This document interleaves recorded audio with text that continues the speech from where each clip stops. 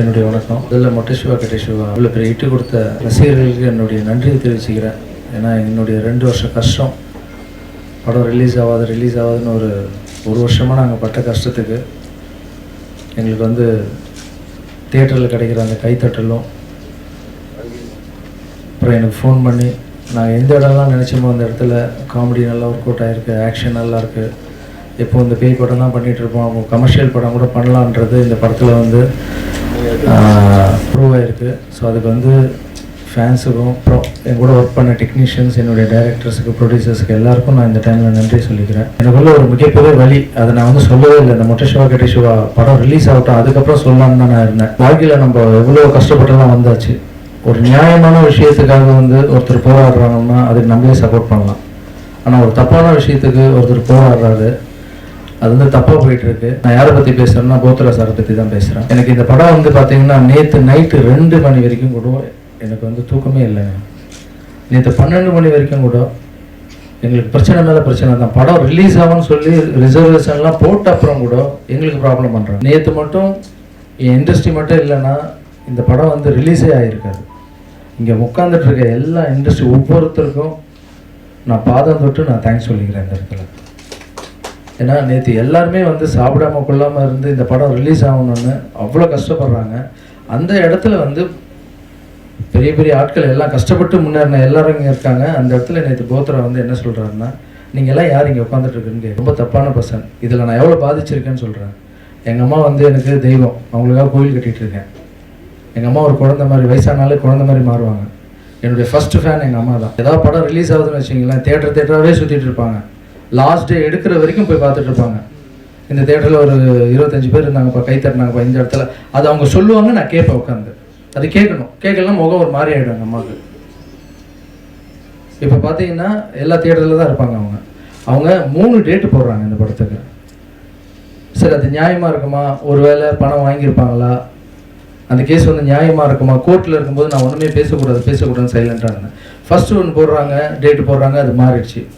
அம்மா வந்து என்னக்கண்ணா டேட்டு படம் ரிலீஸ் ஆகலையாம்மாப்பா, தேட்டர்கிட்ட போயிட்டு வராங்க திரும்பி.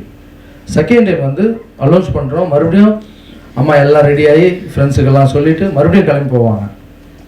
கட் அவுட்லாம் வச்சுருக்காங்க. நைட்லாம் போய் பார்த்துட்டு வருவாங்க எங்கள் அம்மா அவ்வளோ பைத்தியம். நானும் எங்கள் அம்மா ஃப்ரெண்ட்ஸ் மாதிரி. செகண்ட் டைம் போய் பார்த்துட்டு வந்தாங்க. பார்த்தா மறுநாள் காலையில் படம் ரிலீஸ் ஆகல. அழ ஸ்டார்ட் பண்ணாங்கம்மா, அழாதீங்கம்மா சொல்கிறது கேளுங்கம்மா, படம் ரிலீஸ் ஆகிடுமா. எவ்வளோ சொன்னாலும் குழந்த மாதிரி அழுது அவங்கள நைட்டு மூச்சு திணறல் ஏற்பட்டு எங்கள் அம்மாவை நான் ஹாஸ்பிட்டலில் அட்மிட் பண்ணேன்.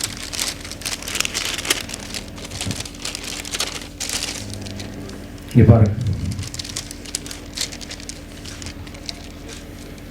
என்னை வளர்த்தெடுத்த தெய்வம். நான் வேற யாரும் இருந்தாலும் நான் சும்மா விட்டுருவேன். என் தாய் மேலே வேணா, எங்கள் அம்மாவுக்கு ஏதாவது வேணா மட்டும் விட முடியாது என்னால். நான் பாட்டுன்னு என் வேலை, என் குழந்தைங்க ஸ்கூல் படிக்க வைக்கிறது, கோவில், இப்படின்னு நான் பாட்டு சைலண்ட்டாக என் வேலையை பண்ணிட்டு போயிட்டு இருக்கேன். என்ன யாரா சீன்னான்னு வச்சுக்கலாம், நான் விட மாட்டேன். இங்கே பாருங்க, இப்படி படுக்கணுமா எங்கள் அம்மா? இந்த தாய்க்காக நான் கோவில் கட்டிட்டு இருக்கேன். யாரோ ஒருத்தர் போத்ரா யாருங்க என் படத்தை தடுக்கிறதுக்கு? சரி, நியாயமான கேஸாக இருக்குன்னா வச்சுங்க, ஓகே. ஜட்ஜே வந்து இது வந்து சீட்டிங் கேஸ்ன்னு கொடுக்குறாரு, அதுக்கப்புறம் நீ பிரச்சனை பண்ணுற. என்னுடைய குழந்தைங்க 10வது எக்ஸாம் எழுதுறாங்க, 10ஆம் கிளாஸ் எக்ஸாம் எழுதுறாங்க. நான் வளர்க்குற 60 குழந்தைங்க இல்லை, எல்லா குழந்தைங்களும் உட்காந்து ப்ரேயர் பண்ணிட்டு இருக்காங்க எனக்காக. பாருங்க, படிக்கணுமா அவங்க? போத்ரா நீங்கள் என்ன ரொம்ப டிஸ்டர்ப் பண்ணிட்டீங்க என் லைஃப்பில். என்ன மட்டும் இல்லை, இதுக்கு முன்னாடி என் தலைவன் சூப்பர் ஸ்டார், அவர் ஏதோ சைன் பண்ணி கொடுத்துட்டாருன்னு அவரை பிடிச்சி இழுத்தீங்க நீங்கள். வைரமுத்து சார், நிறைய பேருக்கு நீங்கள் பிரச்சனை பண்ணிட்டு இருக்கீங்க. நியாயமாக நீங்கள் போராடினா கண்டிப்பாக என் பின்னாடி இண்டஸ்ட்ரி வந்திருக்காது. நீங்கள் தப்பாக போராடுறீங்க. கஸ்தூரிராஜ் ஏதோ பணம் வாங்கிட்டாரு, அது வந்து தனுஷ் சார் கொடுப்பாரு, ரஜினி சார் கொடுப்பாரு, என் தலைவர் சொன்னார் வந்து கொடுப்பாரு உங்ககிட்ட. இதோடு நீங்கள் நிப்பாட்டணும். இவரை எதிர்த்து நான் ஒரு போராட்டம் நடத்த போகிறேன். நாளைக்கோ நாளைக்கோ பர்மிஷன் கேட்க போகிறேன். மொத்த இண்டஸ்ட்ரி வந்து உட்காருவாங்க எனக்காக. ஏன்னா இந்த இண்டஸ்ட்ரி வந்தது, இந்த இண்டஸ்ட்ரியில்தான் நான் என் படம் இன்னைக்கு ரிலீஸ் ஆகிருக்காரு. அவர் வந்து இனிமேல் யாரை பற்றியும் இந்த மாதிரி தப்பாக நியாயமாக போராடுங்க. ஓகே, தப்பான டாக்குமெண்ட் வச்சுக்கின்னு தப்பான யாரோ சைன் பண்ணுற, யார் சைன் எப்படி போடலான்னு தெரிஞ்சு வச்சுட்டு இருக்கிற கேரக்டர் அது. அவர் மேலே போய் நான் காலையிலேருந்து 10 மணிலேருந்து ஈவினிங் 4 o'clock வரைக்கும் ஆர்ப்பாட்டம் நடத்தி அவர் எப்படியாப்பட்டவர்னு எல்லாருக்கும் சொல்லி நான் போய் கமிஷனர்கிட்ட போய் கம்ப்ளைண்ட் கொடுக்க போகிறேன். சிஎம்ஐ பார்த்து கூட சொல்ல போகிறோம். ரொம்ப தப்பான கேரக்டர் சார், இவர் மேலே நடவடிக்கை எடுங்கன்னு சொல்லி. ஜட்ஜி சொல்கிறார் சார் சீட்டிங் கேஸ் அப்படின்னு. அதுக்கப்புறம் கூட இவர் விடாமல் நேற்று நைட்டு வரைக்கும் வந்து எங்கள் இண்டஸ்ட்ரியை பார்த்து கேட்குறதுக்கு உனக்கு என்ன தகுதி இருக்குது? வாழ்க்கையில் ஒவ்வொரு படியும் எவ்வளோ கஷ்டப்பட்டு வரோம் தெரியுமா? நாங்கள் இந்த படம் ரிலீஸ் ஆகணும்னா இவருக்கு பிபி இருக்கு டைரக்டருக்கு. அன்றைக்கி ஒரு நாள் நைட்டு அழுகுறார் சார், எனக்கு ஃபோன் பண்ணி என்ன அழ தெரியுங்களா அவர்? படம் ரிலீஸ் ஆகாம அடுத்த மாதம் 3 டேட்டு போட்டு கேன்சல் பண்ணுற மாதம் எனக்கு பயம் வந்துருச்சு, நான் எங்கே தான் போயிடுறேன் அப்படிலாம் சொல்கிறார் அவர். ஸோ அவருக்காக கண்டிப்பாக காலையிலேருந்து உட்காந்து ஆர்ப்பாட்டம் பண்ணி போய் கமிஷனர்கிட்ட கம்ப்ளைண்ட் கொடுக்க போகிறோம். சிஎம்ஐ பார்த்து கூட சொல்ல போகிறோம். போத்ரா சார் தயவு செஞ்சு இனிமேல் எங்கள் வாழ்க்கையில் விளையாடாதீங்க. பர்மிஷன் இன்னைக்கு போய் இன்றைக்கும் நாளைக்கே கேட்டு நான் இமீடியட்டாக போராட்டம் பண்ணுவேன் சார். இது சொந்த பிரச்சனை இல்லை சார், இண்டஸ்ட்ரி பிரச்சனை சார். எது சார்? அம்மா அட்மிட் ஆயிருக்காங்க, கண்டிப்பாக அது வருத்தமான விஷயம் தான். லாஸ்ட் பிரஸ் மீட்லயே நீங்க என்ன பண்ணீங்க, ஒரு போட்டோ காமிச்சீங்க, விவசாயிகளுடைய பிரச்சனை இருக்கு பாருங்க, இந்த குழந்தைகள் காட்டுங்க காமிச்சீங்க. ஓகே. இப்போ வந்து உங்க அம்மாவை காமிக்கிறீங்க. ஆமா. இந்த ஒவ்வொரு பிரஸ் மீட்லயே அந்த போட்டோ காமிக்கிறதுக்காகவே பல படங்கள் எடுக்கிறீங்க சார். என் தங்கச்சி எடுத்து வச்சு இந்த போட்டோ சார், நான் பார்க்கும்போது அது எனக்கு அவ்வளவு வலிச்சது. இது குடும்பம் நான் எடுத்துட்டு போய் பேசுறேன்னு வாங்கிட்டு வந்தேன் சார். சார் கொஞ்சம் உட்காருங்க சார், தப்பா எடுத்துக்காதீங்க. இல்ல தலைவா, நான் ரொம்ப எமோஷனலா பேசிட்டு இருக்கேன் தலைவா. உங்களுக்கு தெரியுமா உங்களுக்கு? இல்ல சார், நான் ஒரே நிமிஷம் நான் உங்களுக்கு சொல்றேன். நான் உங்களுக்கு ஒரு வார்த்தை சொல்றேன். நான் வந்து இன்னைக்கு எங்க அம்மா வந்து தியேட்டருக்கு போயிருக்காங்க சார். அங்க போற சவுண்ட் முதல் கொண்டு எனக்கு போட்டு காமிக்கிறாங்க சார். குழந்தை சார் எங்க அம்மா சார், நிஜமா எங்க அம்மா ஒரு குழந்தை சார், புரியுதுங்களா? அவங்களுடைய வலி இல்ல சார், அவங்க நம்ப மாட்டாங்க சார். சார் நான் வந்து எங்கேயாவது போயிட்டு வந்தாலும் அரசியலுக்கு போயிட்டு வரேன்னு சொல்றாங்க, எப்படி சார் நம்புவாங்க? சரி ஓகே சார். ஸோ இந்த போராட்டம் கண்டிப்பாக நான் நடத்துவேன். யார் என்ன சொன்னாலும் யார் என்ன கேட்டாலும் கண்டிப்பாக இந்த போராட்டத்தை நான் நடத்துவேன் சார். அதுக்கே இண்டஸ்ட்ரி என் கூட இருப்பாங்கன்னு நினைக்கிறேன்.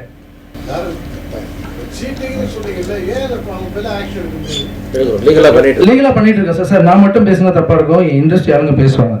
இல்லை சார், இவ்வளோ அத்தனை பேருக்கு ஒரு கொஸ்டின் சார், அதுக்காக ஆன்சர் பண்ணலாம். போத்ரான்ற நபர் தப்பானவங்கிறது இன்னைக்கு நிரூபிக்கப்பட்ட விஷயம் கிடையாது.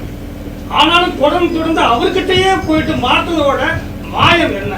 தம்பி, நான் ஒரு தடவை சொல்லிடுறேன். திடீர்னு சிவா வந்து வருத்தமா, அண்ணே எல்லாம் முடிச்சு பண்ணிட்டேனே, இப்போ பாருங்கண்ணே, திடீர்னு போத்ரா கேஸ் உயர்நீதிமன்றத்தில் தோல்வி அடைஞ்சது. தப்பான டாக்குமெண்ட்டை வச்சு போர்ஜரி பண்ணியிருக்காருன்னு எழுதியிருக்காங்க. அதுக்கப்புறம் ஒரு ஆர்பிட்ரேட்டில் போயிட்டு ஒரு ரொம்ப சாதாரணமான ஒரு அதாவது மத்தியசம் பண்ணக்கூடிய அதுக்கு கீழே அங்கே போய் ஒரு லெட்டர் வாங்கிட்டு வந்து இந்த படத்தை நிறுத்துறேன்றாங்க. நாங்கள் என்னென்ன பண்ணுறதுன்னு, நான் செத்து தான் போகணுன்னு கதறான்.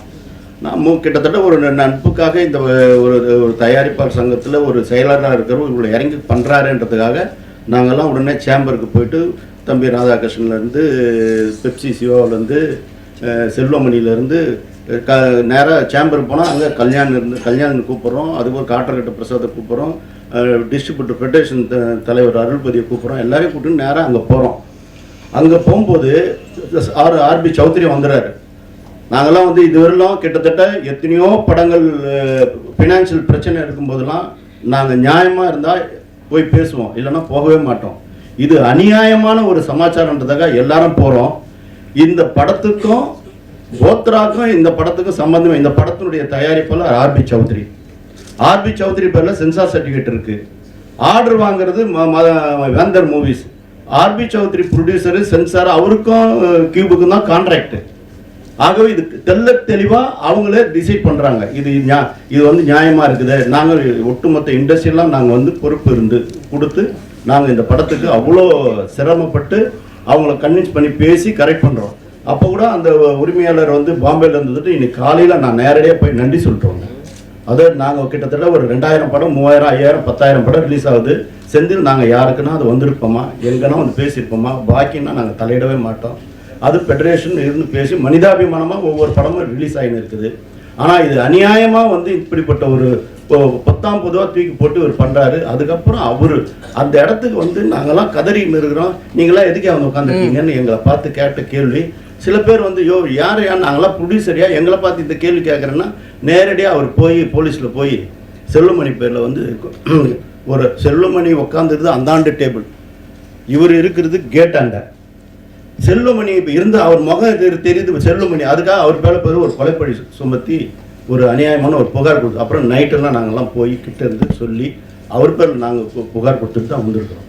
இப்படி இண்டஸ்ட்ரிக்கு ஒரு தேவையில்லாத மனிதர். நாங்கள் இது மாத்திரம் இல்லை, இப்போது அதி விரைவில் வந்து நாங்கள் வந்து நீதி அரசர், அதாவது தலைமை நீதிபதிக்கிட்டே போய் ஹோல் இண்டஸ்ட்ரி சார்பாக போய் உக்காந்து ஒவ்வொரு படம் ரிலீஸ் ஆகும்போது இந்த தஸ்தாவேஜை வச்சு இந்த வெள்ளை பேப்பரில் வச்சுன்னு கேஷ் சமாச்சாரத்தில் வர சமாச்சாரத்தை நீங்கள் தயவு செய்து எடுக்கவே எடுக்காதீங்க. அக்கௌண்ட்டில் இருக்கக்கூடியது இருக்கிறத மாத்திரம் நீங்கள் எடுங்க. இது வந்து ஒவ்வொருத்தர் பணம் வாங்கும்போது வெள்ளை பேப்பரில் கழுத்து வாங்குறக்கூடிய பாவம் தான் இந்த மாதிரி ஒரு சூழலில் வருது. அதனால் நாங்களாம் தலைமை நீதியரசர்கிட்டே போயிட்டு எங்களுடைய குமுறலை கொட்ட போகிறோம். அதே மாதிரி அரசாங்கத்துக்கிட்டேயும் நாங்கள் வந்து அவரை பற்றி தகவல் சொல்ல போகிறோம். ஆகவே தம்பி சொன்ன பிரகாரம் வந்து இந்த ஃபோட்டோ காமிச்சு பண்ணணுன்றதில் ஒரு ஆதங்கத்தில் அவங்க சிஸ்டர் எடுத்துன்னு வந்து அதை காமிச்சிருக்கிறாரு. அதை நம்ம வந்து ஒரு பர்சன்டேஜ் குறைச்சி நம்ம நன்ன வேணாம். என்ன சூழ்நிலையில் எப்போவுமே அந்த தம்பியினுடைய ஈரமனம் ஈகை குணம் உலகத்துக்கே தெரியும். அவர் எத்தனை பேருக்கு எப்படி வாழ்க்கை கொடுத்துருக்காரு. ஒரு நடிகன் ஒரு படத்தில் பங்கு கொண்டு 2 வருஷமாக நடிச்சுட்டு அதில் வந்து மொத்த ஊதியத்தையுமே அந்த கடனுக்காக ஃபெடரேஷனில் கொடுத்தது. இன்றைக்கி ஒட்டு மொத்த இண்டஸ்ட்ரி அந்த புள்ள மேலே ரொம்ப பாசமாக இருக்கா. இல்லைன்னா நாங்கள் வர வேண்டிய அவசியமே கிடையாது. ஏதாவது ஒரு இல்லை நன்றி கடன் ஒரு தயாரிப்பாளருக்கு தானே அந்த தம்பி உதவி இருக்குது. இந்த மாதிரி எல்லாரும் அந்த மாதிரி அமைஞ்சதுன்னா இந்த இண்டஸ்ட்ரி சமதர்ம பூங்காவை பூத்துக்கொள்ளுங்க. உண்மையிலே திரையுலகின் சார்பாக தம்பி நெஞ்சார்ந்த நன்றி, ஆத்மார்த்த நன்றி. அதாவது தயாரிப்பாளர் சங்கத்தில் இருக்கக்கூடிய தம்பிகள் சிவாவான், ராதாகிருஷ்ணன், கே ராஜன் சாரும், பெப்சியில் இருக்கக்கூடிய தலைவர் செல்வமணியும், முன்னாள் தலைவர் சிவாவும், ஃபெடரேஷனில் இருக்கக்கூடிய அருள்பதியும், சேம்பரில் இருக்கக்கூடிய கல்யாண், காற்றகட்ட பிரசாத், இன்னும் பன்னரும் சிறப்பான தயாரிப்பு அத்தனை ஒட்டுமொத்த குழுமி நாங்கள்லாம் எங்களுடைய ஒற்றுமை அங்கே நிலைநாட்டி இருக்கிறோம். ஆகவே திரையுலகில் எந்த ஒரு பிரச்சனைனாலும் நாங்கள்லாம் ஒன்றா போய் சேர்ந்து அந்த பிரச்சனையை களைவோம்.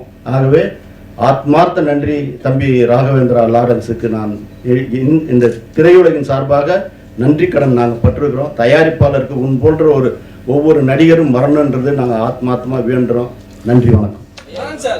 அரசு பிலிம்ஸ் வந்து 13 கோடி ரூபாய் கொடுத்து வந்து ஒப்பந்தம் பண்ணிருக்கா வந்து பிரஸ் மீட் வச்சாங்க. 2 கோடி ரூபாய் கொடுத்து வந்து முன்பணம் கொடுத்துருக்காங்க அப்படின்னு சொல்லிட்டு வச்சிருந்தாங்க.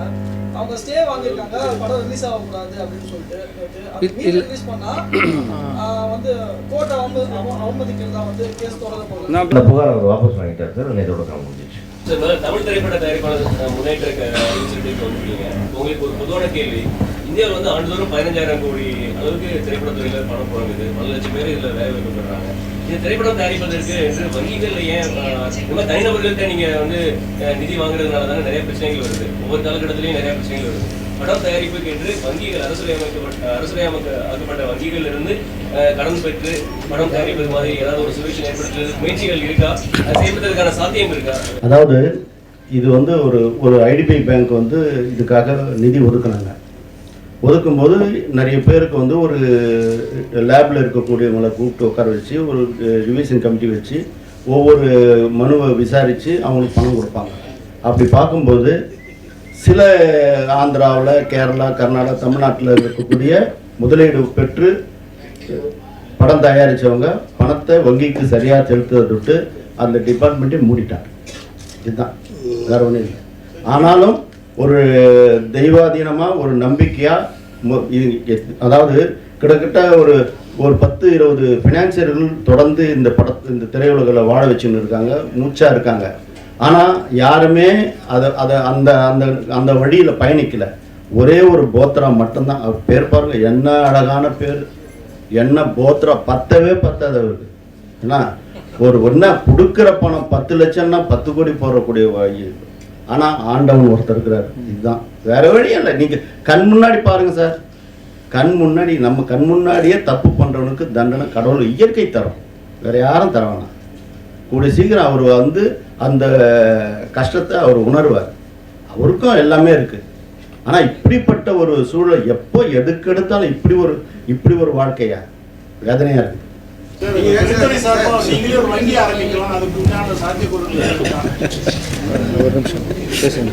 அரசாங்கத்துக்கு நாங்கள் வந்து எங்களுடைய வேண்டுகோள் வச்சுருக்கோம். அது கார்பரேஷன் ஏன்னா இப்போ வந்து ஆந்திராவில் இருக்குது, மகாராஷ்டிராவில் இருக்குது ஃபிலிம் டெவலப்மெண்ட் கார்பரேஷன். அதுபோல் வந்து இதை ஃபார்ம் பண்ண சொல்லி ஏற்கனவே வந்து அம்மா உயிரோடு இருக்க கூட நாங்கள் பேசினோம். அவங்க அதுக்கு உண்டான முயற்சி எடுக்கணும்னு சொன்னாங்க.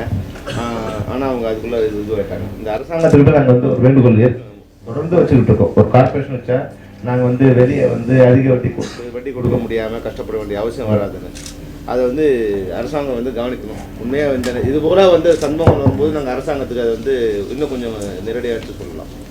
சார் இது வந்து இப்போது முதல்ல மொட்டை சிவா கெட்ட சிவாவோட ப்ரெஸ் மீட்டை முடிச்சுப்போம். அது டைவர்ட் ஆகிட்டு அப்புறம் வந்து பொதுவான பிரச்சனை நீங்கள் கேட்குற கேள்வி எல்லாம் வந்து அவர் கேட்ட கேள்வி ரொம்ப நியாயமான கேள்வி, அரசாங்கத்துறையாக மாறக்கூடாதுன்னு.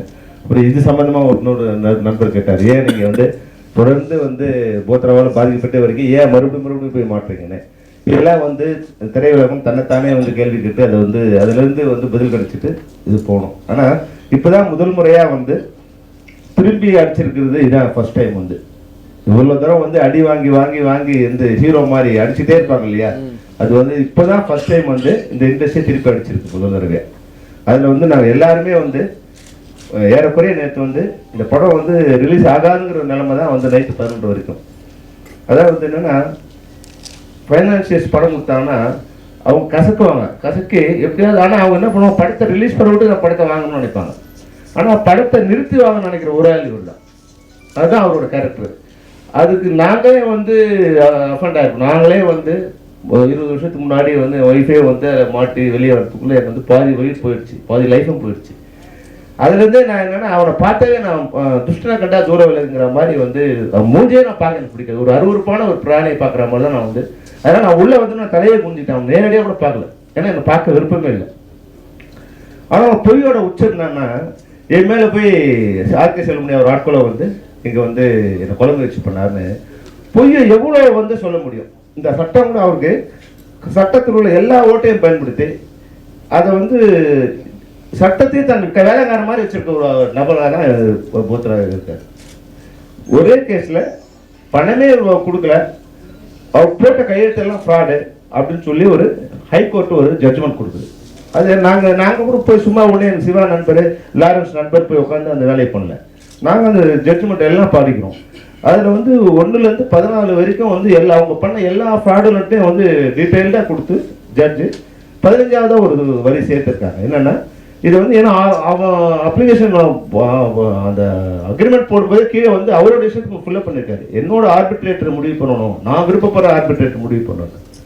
ஸோ அதனால் அவர் ஜட்ஜி என்ன பண்ணுறாரு, நீங்கள் ஆர்பிட்ரோட 2 பார்ட்டியும் சேர்ந்து இந்த இது முடிச்சுங்க அப்படின்னு ஒரு கொடுக்குறாரு. உடனே இவங்களோட லாயர் கூட கொண்டு போய் ஆர்பிட்ரேட்டர்கிட்ட ஒரு வக்காலத்து கொடுக்குறாங்க. நாங்கள் இது மாதிரி நாங்கள் ப்ரெசென்ட் ஆகணும். 2ஆம் தேதி வாங்கின கோர்ட் ஆர்டருக்கு 3ஆம் தேதி போய் ஆர்பிட்ரேட்டர் கொடுக்குறாங்க. ஆர்பிட்ரேட்டர் என்ன பண்ணுறாங்க, என்னோட கணவருக்கு வந்து உடல்நிலை சரியில்லை, பைபாஸ் சர்ஜரி இதை பண்ண போகிறாங்க, அதனால் நான் உடனடியாக வர முடியாது, உங்களுக்கு நான் எப்போ வரேங்கிறது நான் சொல்கிறேன் அப்படின்னு ஒரு லெட்டர் ஒன்று கொடுக்குறாங்க. கொடுத்துட்டு முந்தானத்து அவருக்கு ஒரு ஆர்டர் கொடுக்குறாங்க. என்னன்னு இந்த படத்தை சேவ் பண்ணணும் ஒரு ஆர்பிட்ரேட்டர் ஒரு ஆர்டர் கொடுக்குறாங்க. முதல்ல இது எப்படி ஒரு இல்லீகலான இதுதான் போத்ராவே சைன் எல்லாத்தையும் எழுதி அது வந்து அந்த ஆர்பிட்ரேட்டர் சைன் வாங்கின மாதிரி இருக்குது அந்த ஆர்டர். இப்போ எப்படி வந்து தன் இஷ்டத்துக்கு தனக்கு வேண்டிய ஒருத்தர் மூலமாக இந்த சட்டத்தையே வளைக்க முடியுங்கிற மாதிரி ஒரு நிலையை அவர் ஏற்படுத்தியிருக்காரு. அதெல்லாம் நாங்கள் தெரிஞ்சுதான் இதை வந்து இனிமேல் இது வந்து அடி வாங்கிக்கிட்டே இருந்தால் பார்த்தாது, திருப்பி நம்ம கொடுத்தாதான் சரியாக வருகிறதுக்காக நாங்கள் எல்லாம் ஒன்று சேர்ந்து மொத்த இண்டஸ்ட்ரியும் சைன் பண்ணோம். இதனால் வர எல்லாத்துக்கும் நாங்கள் உங்களோட துணை இருக்கும் சொல்லி டாப் டு பாட்டம் எல்லாரும் சைன் பண்ணி இந்த படத்தை ரிலீஸ் பண்ணியிருக்கோம். போத்ரா மட்டும் கிடையாது, வேந்தர் மூவி சொல்லி பாதிக்கப்பட்ட சார் சில குறிப்பிட்ட பினான்சர்ஸ் இருக்காங்க. அவங்களால நிறைய சிறு தயாரிப்பாளர்களும் நிறைய பேர் பாதிக்கப்படுறாங்க சார். இவங்களுக்கு ஒரு முற்றுப்புள்ளி வைக்கிறதுக்கு ஏதாவது செய்ய முடியுமா சார்? முதல்ல இந்த முடிச்சிருவோம், இதை முடிச்சுட்டு அதுக்கப்புறம் போவோம். ஏன்னா இது சம்பந்தமா நாங்கள் ப்ரெஸ் மீட் கூட்டியிருக்கோம். இதுக்கு நாங்கள் சொல்ல வேண்டிய விளக்கத்தை சொல்லிடுறோம். பொதுவான ப்ரெஸ் மீட் அதெல்லாம் கேட்கலாம், ஏன்னா அது ஃபிலிம் இண்டஸ்ட்ரி ஸ்டார்ட் பண்ணும்போது கேட்கலாம். இந்த கேள்வி வந்து எங்கன்னா இந்த படம் எதனால இப்போ ஒரு படம் வந்து அனௌன்ஸ் பண்ணி இப்போ அவங்க அம்மா வந்து திரும்பி 2வது தடவை வருவாங்க, ஆனால் ஆடியன்ஸ் வந்து வரமாட்டாங்க. ஒரு தடவை ஆடியன்ஸ் வந்து அந்த படம் ரிலீஸ் ஆகிறோம், நான் வந்து கோவப்படுறேன். அவன் இந்த இருக்க வேலையை விட்டு நான் ஒரு தடவை வந்து படம் வரணும், இத்தனை இந்த படத்தை பார்க்கக்கூடாது அப்படின்னு நெட்டில் பார்க்கணும் இல்லை சீட்டில் பார்க்கணும் நான் டிசைட் பண்ணுறேன், தவிர தேட்டருக்கு வரக்கூடாதுன்னு டிசைட் பண்ணுறான். ஆனால் லாரன்ஸோட இஷ்டம், ரமணியோட இஷ்டம் என்னன்னா இன்னைக்கு கூட ஆடியன்ஸ் 3வது முறையாக கூட வந்து அந்த தேட்டருக்கு வந்தது வந்து உண்மையிலே இதுதான் ஃபர்ஸ்ட் டைம் நான் நினைக்கிறேன். வந்து ஒரு இண்டஸ்ட்ரியில் இந்த படம் நான் எப்போ வந்தால் நாங்கள் வந்து பார்ப்போம் சொல்கிற படம் இதுதான் ஃபர்ஸ்ட் படம். அது லாரன்ஸோட நல்ல மனசுக்கு தான். லாரன்ஸ் சும்மா இப்படி சொல்கிறார் அப்படி போனார். ஏன்னா லாரன்ஸ் வந்து என்னை பொறுத்த ஒரு குழந்தை மாதிரி. அவர் வந்து 22 வருஷத்துக்கு முன்னாடி நான் அவரை மீட் பண்ணுறேன். அப்போ தான் ஒரு மாஸ்டர் என்னோட படத்துக்கு ஃபர்ஸ்ட். அவர் அப்போ தான் தமிழில் ஃபர்ஸ்ட் பட மாட்டாரா இல்லை அப்போ தெரியாத ஒரு மாஸ்டராக இருக்கார்.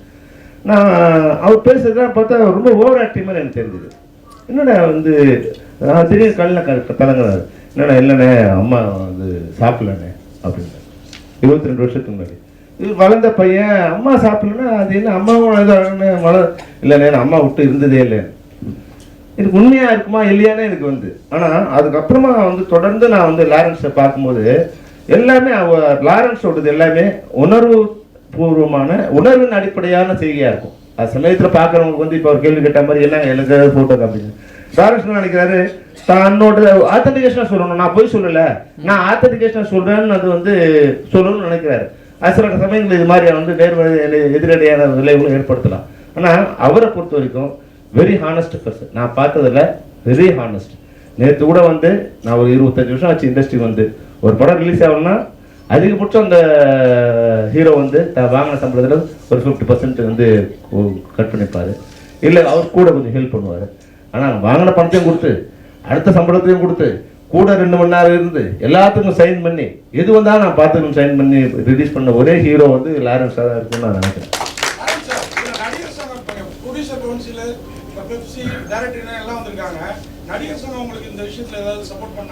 நான் இன்னும் சொல்லலை சார் அதை பற்றி. ஒரு கஷ்டம்னா கேட்க வேணாம், எல்லாரும் வந்தாங்க, எல்லாருமே வந்தோம், எல்லாருக்கும் ஃபோன் பண்ணி வரல. அவங்கவுங்க இந்த மாதிரி தகவல் தெரிஞ்சு இப்போ தான் வாட்ஸ்அப் ட்விட்டரில் போட்டு பண்ணுறாங்களே இந்த மாதிரி பிரச்சனை அங்கே தான் கூடுறாங்கன்னு எல்லாமே வந்தாங்க. அந்த மாதிரி உணர்வு உள்ளவங்க வருவாங்க. அதுக்காக மற்றவங்களுக்காக வரலன்றதுக்காக அதை வந்து நீங்கள் தயவு செய்து அதை பெருசு பண்ண வேணாம் ப்ளீஸ்.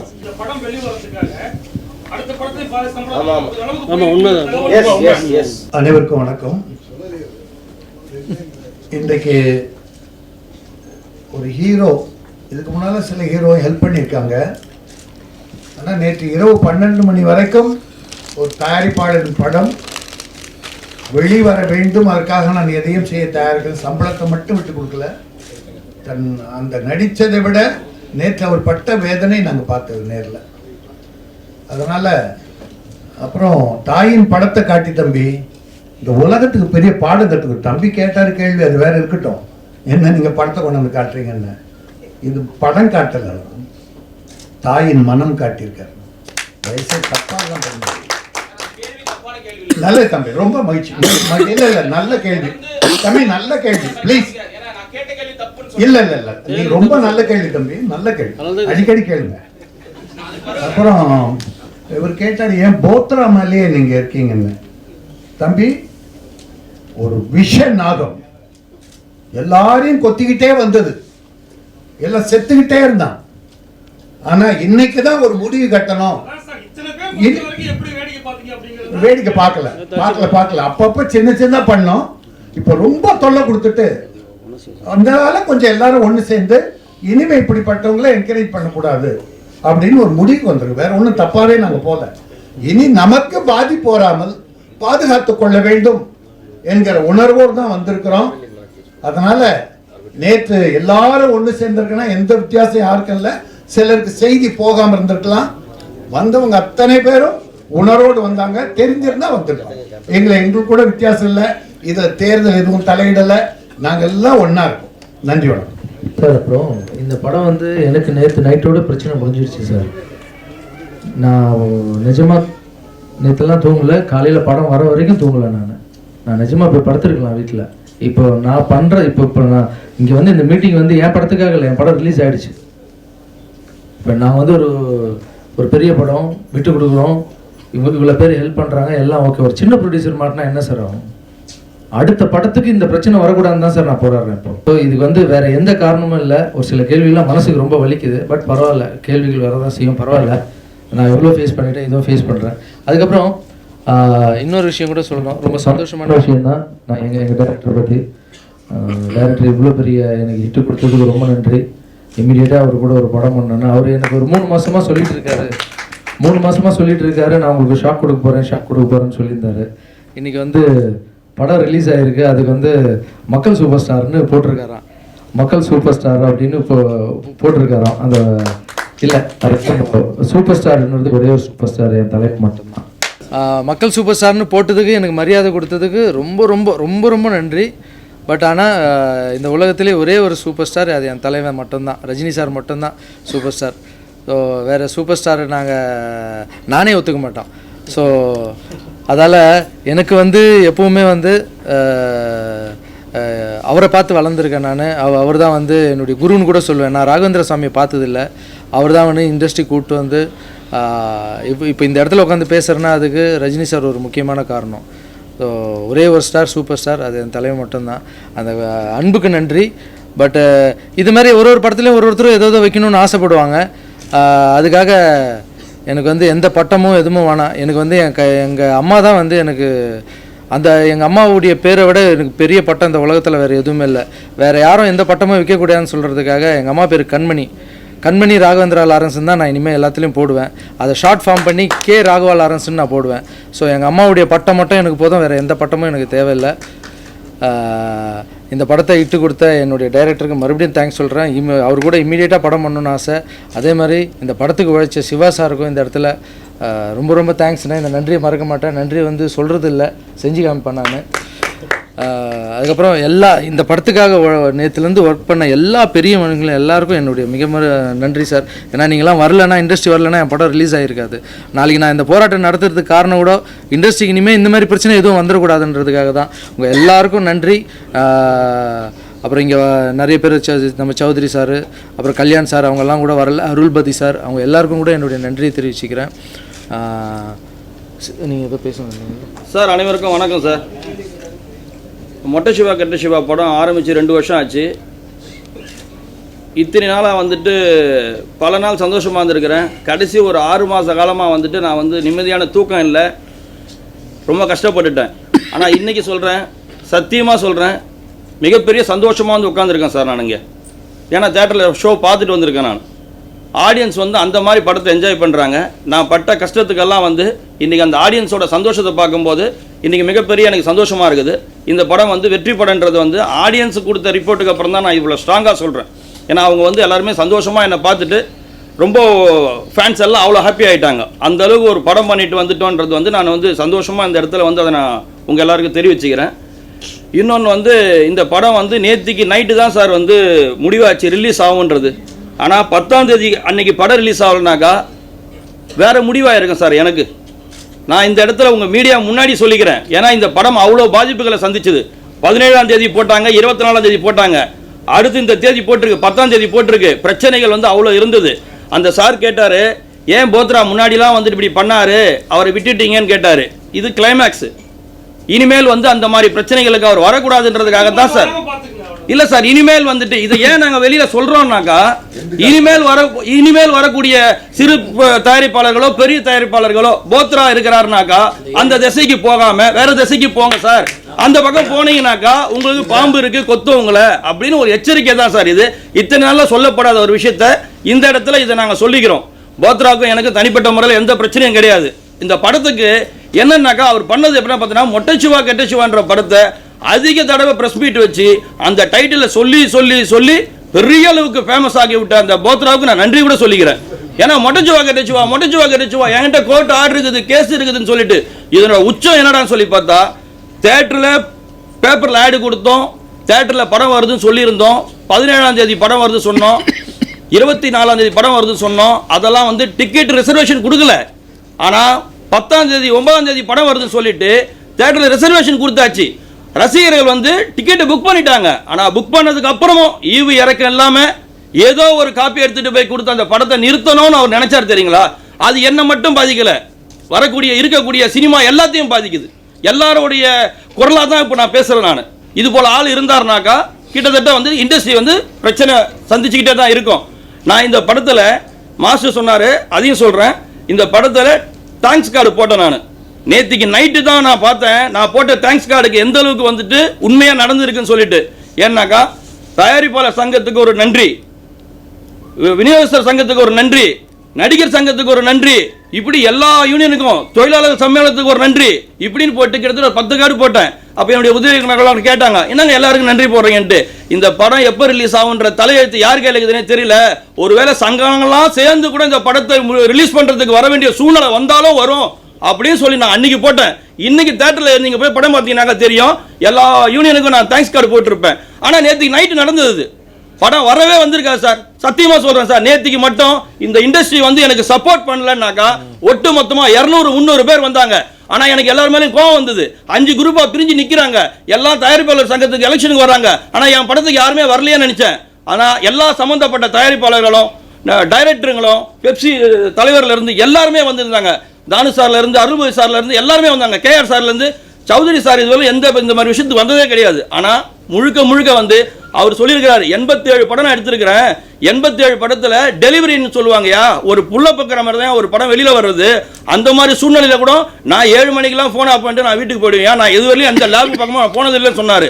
அப்படியாப்பட்ட ஒருத்தர் நேற்றுக்கு 12 மணி வரையிலும் வந்து உட்கார்ந்து இருந்தாருங்க. அவர் உட்கார்ந்து இருந்தாருனாக்கா இந்த படத்துல ஏற்பட்ட பிரச்சனைகள் அதிகம். போத்ரா மாதிரி ஆட்கள் நிறைய இருந்தாங்க, அவங்களெல்லாம் மீறி இந்த படத்தை நாங்கள் கொண்டு வந்துட்டோம். இன்னைக்கு தேட்டருக்கு படம் வந்துடுச்சு, ஆடியன்ஸ் எல்லாம் சந்தோஷமா இருக்காங்க. அதெல்லாம் பார்க்கும்போது எனக்கு சந்தோஷமா இருக்குது. மாஸ்டருக்கு மக்கள் சூப்பர் ஸ்டார்ன்ற ஒரு விஷயத்தை நான் போட்டேன். நான் ஏன் போட்டேன்றது வந்து அவருக்கு தெரியாம ஒரு விஷயம் சர்ப்ரைஸ் கொடுக்குறேன்னு சொன்னேன். நான் இது மாஸ்டருக்கு வந்து தனியாக ஜால்ரா அடிக்கணும்ட்டோ, மாஸ்டர் இப்போ சொன்ன மாதிரி அடுத்த படம் வாங்கணும்ட்டலாம் எனக்கு கிடையாது. என்னன்னா ஒரு பிரச்சனை, ஒரு விஷயம் நடக்குது, ஓடி போயிட்டு உடனே போய் பார்க்குறாரு. ஏதாவது ஒரு பிரச்சனைனாக்கா பக்கத்தில் போய் நின்று கேட்குறாரு. இந்த மாதிரி விஷயங்கள் எல்லாம் இறங்கி போய் செய்யறதுனால இவருக்கு சொல்லியிருக்கிறார். 2 வருஷம் இவரோட நான் டிராவல் பண்ணியிருக்கிறேன். அப்போ அவரோட நான் சந்தித்த எல்லா விஷயத்துலையும் பார்த்தோம்னாக்கா ஒவ்வொரு சூழ்நிலையிலையும் நான் பார்த்துட்டே இருந்திருக்கிறேன். ஒரு பிரச்சனை, ஒரு மக்களுக்கு ஒரு பிரச்சனை கிட்ட போகிறாரு. அப்புறம் பார்த்தாக்கா ரஜினிகாந்த் சூப்பர் ஸ்டாரால் தான் நான் வந்து சினிமாவுக்கு வந்தேன்னு சொல்கிறாரு. என் அண்ணன்றாரு, ராகவேந்திர மாதிரி பார்க்குறேன்றாரு. அப்போ இவருக்கு ஏதாவது ஒரு சந்தோஷப்படுத்தணுன்ற அதிகபட்சமான எண்ணத்தில் நான் அந்த காரியத்தை நான் பண்ணேன். இது வந்து தப்பா சரியானு எனக்கு தெரியல. நானும் வந்து ரஜினிகாந்த் சாரோட சூப்பர் ஸ்டாரோட ஃபேன் தான். நான் இப்போ கூட பாட்ஷா படத்தை அன்றைக்கி ஆல்பர்ட் தேட்டரில் போய் நின்று ரசிகரோட ரசிகலா 22 வருஷத்துக்கு அப்புறம் நான் எந்த ஆல்பர்ட் தேட்டரில் படம் பார்த்தனோ அதே ஆல்பர்ட் தேட்டரில் போயிட்டு விசில் அடித்து படம் பார்த்து சந்தோஷப்பட்டு வந்து ஃபேஸ்புக்கில் அப்டேட் பண்ணேன். நான் அதே ரஜினிகாந்த் ரசிகராக தான் நான் இப்பவும் பார்க்குறேன். இருக்கிறதுலே வந்து உலக அளவில் இருக்கிற ஒரே சூப்பர் ஸ்டார் ரஜினிகாந்த் மட்டும்தான். இதில் மாற்று கருத்தே கிடையாது. அவரோட தம்பின்றார், அவரை ஃபாலோ பண்ணுறாரு, அவரை பார்த்து தான் சினிமாவுக்கு வந்தேன்றாரு. அப்படியாப்பட்டவருக்கு இப்படி ஒன்று கொடுத்தா சந்தோஷப்படுவார் அப்படின்னு நினச்சி கொடுத்தேன். இதை விட இன்னொரு சூழ்நிலை இருக்குது. சூப்பர் ஸ்டார்ன்ற படத்தை வந்து ரஜினி சாருக்கு கொடுத்தவர் அந்த பக்கம் உட்காந்துருக்காரு, மக்கள் சூப்பர் ஸ்டார்னு படத்தை கொடுத்த நான் வந்து இந்த பக்கம் உட்காந்துருக்கேன். இது நடந்துருக்குது, இது நான் பிளான் பண்ணி வரல. ஒருவேளை நினைச்சேன், இன்னமும் தானு சார் சொல்லிக்கிட்டே இருக்காருங்களே, அவர் தான் சூப்பர் ஸ்டார் பட்டம் கொடுத்தாரு, அவர் தான் சூப்பர் ஸ்டார் பட்டம் கொடுத்தாருன்னு. அப்படி இருக்கும்போது எனக்கும் ஒரு நப்பாசம் இருக்காதா? மாஸ்டருக்கு இப்படி ஒரு பட்டத்தை கொடுத்தோம்னாக்கா எவ்வளோ வருஷம் ஆனாலும் சாய் தான் கொடுத்தான் சூப்பர் ஸ்டாரு, மக்கள் சூப்பர் ஸ்டார்னு சொல்லுவாங்கன்ற ஒரு நப்பாசியில் போட்டுட்டேன். இது சரியா தப்பான்றது எனக்கு தெரியல. வச்சுக்கணும்னு சொல்லி ஆசைப்பட்டாருன்னா மாஸ்டர் வச்சுக்கலாம், வானான்னு சொல்லி அவர் வந்து ஃபீல் பண்ணாருனாக்கா நான் அதுக்கு வந்து மாற்றுறதுக்கு கூட நான் வழி பண்ணிக்கிறேன். தேங்க்யூ. நன்றி சார். படம் பார்த்தீங்களா சார்?